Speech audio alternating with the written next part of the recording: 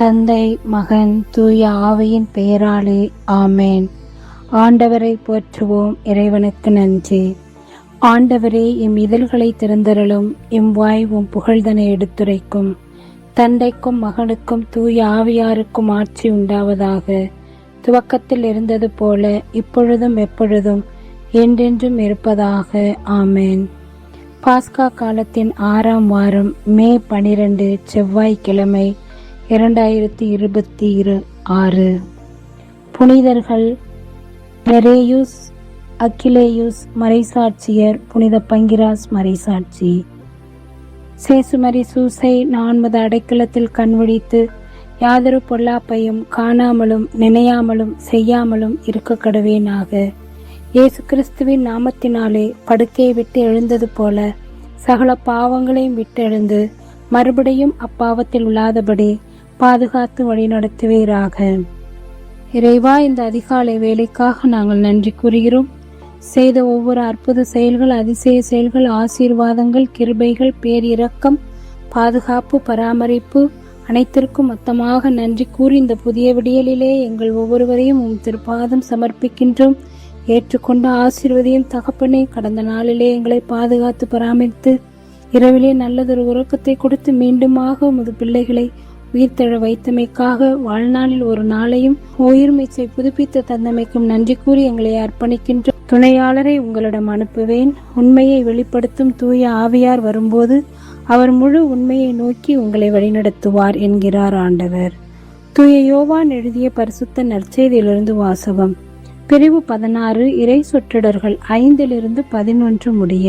நான் போனால் உங்களுக்கு தூய ஆவியானவரை அனுப்புவேன். அவர் வந்து பாவம், நீதி, தீர்ப்பு ஆகியவை பற்றி உலகினர் கொண்டுள்ள கருத்துக்கள் தவறானவை என எடுத்து காட்டுவார். பாவம் பற்றி அவர்கள் கருத்து தவறானது, ஏனெனில் என்னிடம் அவர்கள் நம்பிக்கை கொள்ளவில்லை. நீதி பற்றிய அவர்கள் கருத்து தவறானது, ஏனெனில் நான் தந்தையிடம் செல்கிறேன், நீங்களும் இனி என்னை காண மாட்டீர்கள். தீர்ப்பு பற்றிய அவர்கள் கருத்து தவறானது, ஏனெனில் இவ்வுலகின் தலைவன் தண்டனை பெற்றுவிட்டான். வாழ்வு தரும் கிறிஸ்துவின் நற்செய்தி. கிறிஸ்துவே உமக்கு புகழ். நமது வாழ்க்கை சிந்தனைக்கு புதுமையாக செயல்படுபவர் தூய ஆவியார். சென்ற வருடம் சத்தீஸ்கர் மாநிலத்தில் துர்க் நகரத்தில் உள்ள ரயில் நிலையத்தில் 2 அருள் சகோதரிகள் கைது செய்யப்பட்டு காவல் நிலையத்தில் வைக்கப்பட்டனர். கண்ணீர் இல்லத்தில் பணிபுரிவதற்காக ஆள்களை அழைப்பதற்காக சென்ற அவர்கள் மீது பலவிதமான குற்றச்சாட்டுகள் அவர்களுக்குள் புகுத்தப்பட்டன.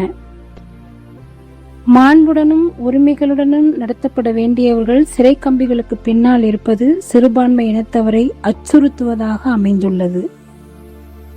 இதுபோலதான் அன்றைய நாட்களில் பவுலையும் சீலாவையும் பிலிப்பு நகர மக்கள் தாக்கினர். உடைகளை கிழித்து தடியால் அடித்து சிறையில் தள்ளினர்.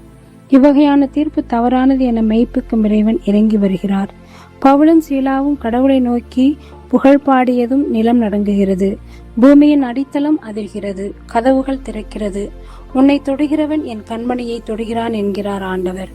ஆண்டவரின் பிள்ளைகளை துன்புறுத்துகிறவர்களை அவரை பார்த்து கொள்வார். நாமோ பவுலை போல சீலாவை போல புகழ்பாக்களையும் பாடிக்கொண்டே இருப்போம். ஆண்டவர் நமது பாறை, அவர் மீது மோதினால் வீழ்வது மோதியவர்களே. இந்த நம்பிக்கையோடு வாழ அவர் கற்றுக் கொடுத்த ஜெபத்தின் வழியாக வேண்டுவோம். விண்ணுலகில் இருக்கிற எங்கள் தந்தையே, உமது பெயர் தூயதென போற்ற பெருக, உமது ஆட்சி வருக, உமது திருவுளம் விண்ணுலகில் நிறைவேறுவது போல மண்ணுலகிலும் நிறைவேறுக. எங்கள் அன்றாட உணவை இன்று எங்களுக்கு தாரும். எங்களுக்கு எதிராக குற்றம் செய்தோரை நாங்கள் மன்னிப்பது போல எங்கள் குற்றங்களை மன்னியும். எங்களை சோதனைக்கு உட்படுத்தாதேயும், தீமை நின்று எங்களை விடுவித்தருளும். ஆமேன். அருள்மிக பெற்ற மரியே வாழ்க, ஆண்டவர் உம்முடனே.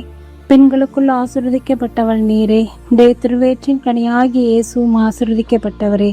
புனித மரியே, இறைவனின் தாயே, பாவிகளாக இருக்கிற எங்களுக்காக இப்பொழுதும் எங்கள் இறப்பின் வேளையில் வேண்டிக் கொள்ளும். ஆமேன். இறைவா, நான் துரும்பிலும் துரும்பு, தூசியிலும் தூசி, நீரெண்ணில் செயல்பட்டால் நான் வல்லமையுள்ள கருவியாவேன். இயேசுவுக்கே புகழ், இயேசுவுக்கே நன்றி. மரியே வாழ்க. இயேசுவின் திருவுடலும் திரு இரத்தமும் எமக்கு ஜெயம். மரியே வாழ்க. அனைவருக்கும் காலை வணக்கம். இந்நாள் இனிய நாளாய் அமைய வாழ்த்துக்கள். தந்தை மகன் தூய ஆவியின் பெயராலே ஆமென்.